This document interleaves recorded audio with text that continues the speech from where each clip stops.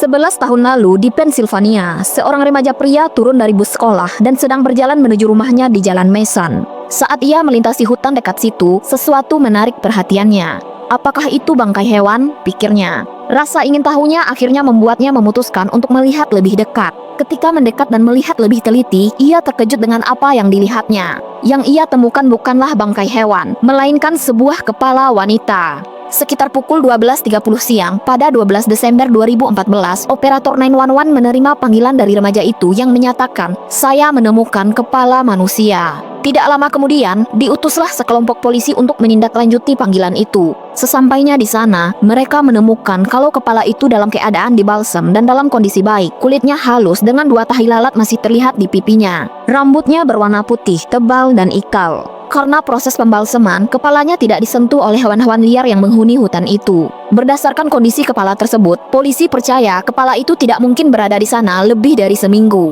Karena cairan pembalseman, waktu kematian mustahil ditentukan dan DNA juga tidak bisa diekstraksi. Namun, laporan toksikologi dapat dilakukan dan mengindikasikan bahwa korban memiliki lidokain dan atropin dalam sistemnya. Kedua obat ini digunakan untuk menangani gangguan jantung, berarti ada kemungkinan ia meninggal karena gagal jantung. Teknik pembalseman yang digunakan mengindikasikan bahwa itu dilakukan secara profesional oleh penyedia jasa pemakaman, sehingga kemungkinan besar tindak kriminal bukan penyebab kematian wanita itu. Penyidik menduga kalau pelaku mengambil kepala ini di suatu tempat dalam perjalanannya dari tempat penyedia jasa pemakaman ke kuburan. Yang lebih parah, karena kepala itu ditemukan jauh dari jalan, kepala itu tidak mungkin tidak sengaja terjatuh dari ambulan dan sejenisnya, tetapi kemungkinan besar seseorang sengaja menempatkannya di situ sebagai prank yang kejam.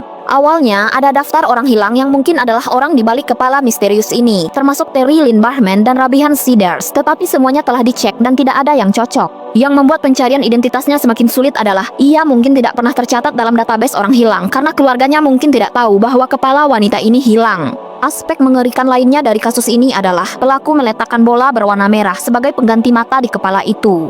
Setelah dicek, bola-bola itu diketahui diproduksi di Cina, tetapi semua upaya untuk melacak tempat penjualannya gagal karena bola itu diproduksi dalam jumlah yang sangat besar. Polisi menduga mata asli korban telah diperjualbelikan di pasar hitam organ tubuh manusia. Penegak hukum daerah Pennsylvania juga percaya bahwa kasus ini adalah bagian dari operasi gelap perdagangan organ tubuh manusia.